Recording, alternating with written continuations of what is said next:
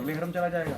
वो कहता है देख लीजिए, अगर आप मंगा सकें तो मंगा लीजिए। आपको मैसेज भी डालते हैं हमेशा कि अगर 20 तारीख तक आपको बिल ना मिले तो आप अपनी रीडिंग लेके काउंटर पे आ जाइए, हमारे से तुरंत तैयार हो जाता है। तो ऑनलाइन हो गया हर चीज़ हमारी, आपको तो आप करा दे रहे हैं। और इंडस्ट्रियल कंज्यूमर को जो बिल जा रहा है उसके साथ साथ हमने बीच में नोटिंग भी करा। इन्हीं की बात को मैं आगे बढ़ा रहा हूँ। आज आपको सुन रहा हूँ कि हमारे यहाँ पश्चिमांचल विद्युत वितरण निगम में 14 जिले आते हैं, जिनमें से हम लोग मेरठ में और हमारे यहाँ सहारनपुर में, जिसमें तीसरे नंबर पे मुरादाबाद कमिश्नरी भी आती है। मुरादाबाद जनपद को हमने प्रायोरिटी दी है उसमें। ये हमारे किसी आदमी को जाने की आवश्यकता नहीं है, हमें आपके घर जाने की आवश्यकता नहीं है। ऑटोमेटिकली 31 तारीख की रात को 12 बजे जो है वो बिल बन के आपके मेल पे पहुंच जाएगा, आपको मैसेज पहुंच जाएगा आपके मोबाइल के ऊपर। एक पीडीएस जो हमारी राशन की दुकान है, हम लोगों ने उनको भी अपने सिस्टम में जोड़ लिया है कि अब कोई भी आदमी राशन लेने जाएगा तो अपना बिल वहाँ भी जमा कर सकता है। इसके अलावा तीसरा एक और है पैक्स, जो हमारा प्राइमरी एग्रीकल्चर सेक्टर है, जहाँ पर हमारे किसानों को मुफ्त खाद व सस्ते दामों पे खाद मिलती है, बीज मिलता है। उनको भी हम लोगों ने, क्योंकि वो लोग फिजिकली हमें फायदा ये है कि वो लोग ऐसे होते हैं जो भी मेरे इस गांव में ये बकाया जा रहा है, तुम्हारा कोई दिखाई पड़े तो उससे भी पैसे वसूल कर लेना। जन सुविधा केंद्रों पे ये मेरा सौभाग्य है या आप लोगों का मुझे सहयोग मिल रहा है।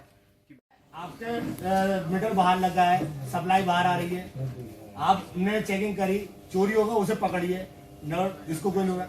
लेकिन जो घर के अंदर जो घुसते हैं विद्रोह वहां से होता है। मैं देखिए बता दूं आपको, मैं एक चीज बता दूं आपको। देखिए आप लोग भी कानून की पूरी जानकारी होगी। हम लोग जो बिजली चोरी पकड़ने जाते हैं उसके लिए भी हमारे इलेक्ट्रिसिटी एक्ट में प्राविधान है। अभी कई बार ऐसा होता है इलेक्ट्रिसिटी एक्ट 135, 126, 128, 138 और हर एक के अंदर नियम पूरे के पूरे बने हैं। मैं इसके बारे में तो आप चाहे मुझसे बैठ जाइए, मैं आपको पूरा का पूरा चैप्टर बता दूंगा। को भेजा था। अब आप ये देखिए कि हम बिजली चोरी वाले मामलों के अंदर हमारे हाथ बांध रखे हैं। आप ईमानदारी से बताइए कि हम लोग एक व्यवसाय कर रहे हैं अगर बिजली का, तो क्या ये व्यवसाय प्रतिष्ठापूर्ण नहीं है? क्या इसके अंदर हम एक दूसरे का सम्मान करते हुए क्या ये व्यवसाय नहीं कर सकते? ये क्यों कहा जाता है कि जो भी कंज्यूमर आता है हमारा आदमी उसको पैसे उठाने के चक्कर में लग जाता है? क्यों भाई, कैसे लग जाएगा भाई? कोई मजाक बना रखा है क्या?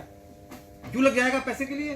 भाई हम तो जो है उपभोक्ता मेरे प्रांगण में आ रहा है तो वो मेरा व्यवसाय, मैं तुरंत पूछूंगा बताए भाई साहब को क्या दिक्कत है, क्या परेशानी है, क्या मैं आपकी कोई मदद कर सकता हूँ? एक स्टैंडर्ड चीज है तो हमें करना चाहिए यार। और अगर मैं सही बताऊं कि मेरे यहाँ शिकायतें मुझे भी मिलती हैं और आप तक भी शिकायतें पहुंचती हैं, और कई बार आप मुझसे पूछते हैं कि आपको ये शिकायत है कि आपने क्या करा। बिल्कुल सर, अब हम भी उठा पटक तो पूरी करते ही करते हैं, लेकिन ऐसा है कि सबको तो दूध से नहीं धो सकते। नहीं, बिल्कुल सही बात है सर। लेकिन कोशिश कर रहे हैं आप लोग, अगर हमें सहयोग करते रहेंगे, हमें फीडबैक मिलता रहेगा, तो मैं आज भी बता दे रहा हूँ कि चाहे मेरा कोई भी रेगुलर का कर्मचारी हो, चाहे मेरा संविदा का कर्मचारी हो, अगले दिन वो मेरे विभाग में रहेगा नहीं। अभी एक दो जगह मेरे पास ये आई थी बात कि जो मेरे रेगुलर कर्मचारी थे उन लोगों ने माननीय विधायक जी से, माननीय मंत्री जी से पूरी कोशिश करी अपने बात को कहलवाने की।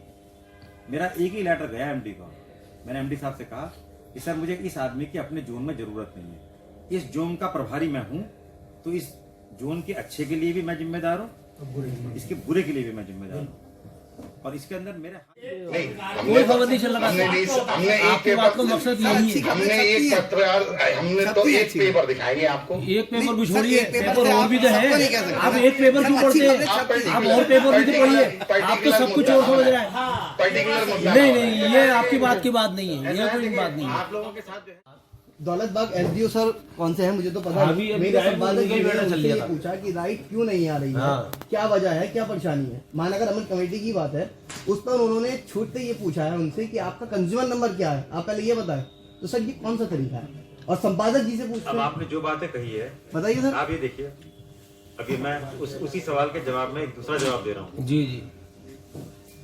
मेरे पास माननीय ऊर्जा मंत्री जी के यहाँ आजकल ट्विटर पे खबरें बहुत आती हैं। बिल्कुल सर। और उस ट्विटर से जो है वहां से हमसे फीडबैक लिया जाता है और हमसे अपडेट करने को कहा जाता है प्लान में। और इस बिजनेस प्लान के अंदर जो है वो हमारे यहाँ इसका टारगेट आ जाता है कि भाई आपको इतने रुपए का लक्ष्य है, इतने पैसे मिलेंगे आपको। अब होता क्या है, वही वाली बात यह है कि पैसे तो आते हैं बहुत कम। अभी कोरोना इस साल आया तो उसकी वजह से वो हमारी सहायता जो है आधी रह गई। तो जो पैसा हमारे विभाग को मिलना था सरकार ने उसमें 50% की कटौती कर दी। अब होता क्या है कि जहाँ पर नई लाइन बननी हो या जो है नए ट्रांसफार्मर लगने हो या इंक्रीजिंग कैपेसिटी करने हो, तो वो सारे के सारे हम उस स्कीम में कराते हैं। अभी क्या है कि एक नई स्कीम आई है, आप लोगों को शायद जानकारी में नहीं होगा, जिला विकास निधि के तहत जो हम लोग आरसी इशू करते हैं, उस पर कुछ सहमति बन गई थी। तो आपके माध्यम से जानना चाहेंगे कि उसके विधेयक के रद्द होने से या वापस लिए जाने से कंज्यूमर को क्या फायदा है और दूसरा विभाग को उसमें क्या फायदा है, क्योंकि सर उसके लिए काफी विरोध भी हुआ था। आप लोगों ने अपने धरना के माध्यम से संदेश पहुंचाने की कोशिश की थी, तो उसके सर प्लीज एडवांटेज हमें बताइए कि क्या फायदा है यदि वो वापस हो जाए। इसमें एक काम ये करिए थोड़ा सा, पहले आप उस संशोधन उसको जो हमारा जो वो आ रहा था अमेंडमेंट आ रहा था, ये इलेक्ट्रिसिटी एक्ट में अमेंडमेंट था जिसको 20वां संशोधन भी कहते हैं। इसमें क्या है कि इसमें एक दो चीजें ऐसी जोड़ी जा रही थी जिसकी वजह से हमारे थोड़ा सा निजीकरण को भी बढ़ावा मिल रहा था। देखिए हम लोगों के यहाँ तो सरकार का जो भी निर्देशों का हमें तो वो पालन करना है। हमारे यहाँ क्या है कि अभी विभाग की स्थिति ये है कि एक दो एग्जाम्पल ऐसे हुए हैं विगत वर्षों में जिसकी वजह से आम पब्लिक को बहुत तकलीफ उठानी पड़ी है।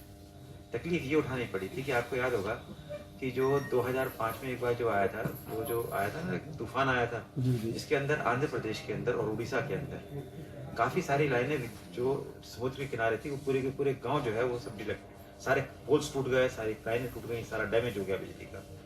तो वहां पर निजी क्षेत्र को वो काम दे रखा था, वो छोड़ के भाग गया उसका। उन्होंने कहा हमें नहीं करना क्योंकि इतना पैसा खर्च कौन करेगा इसके अंदर। ये निजीकरण की बात थी। वो क्या रहा है कि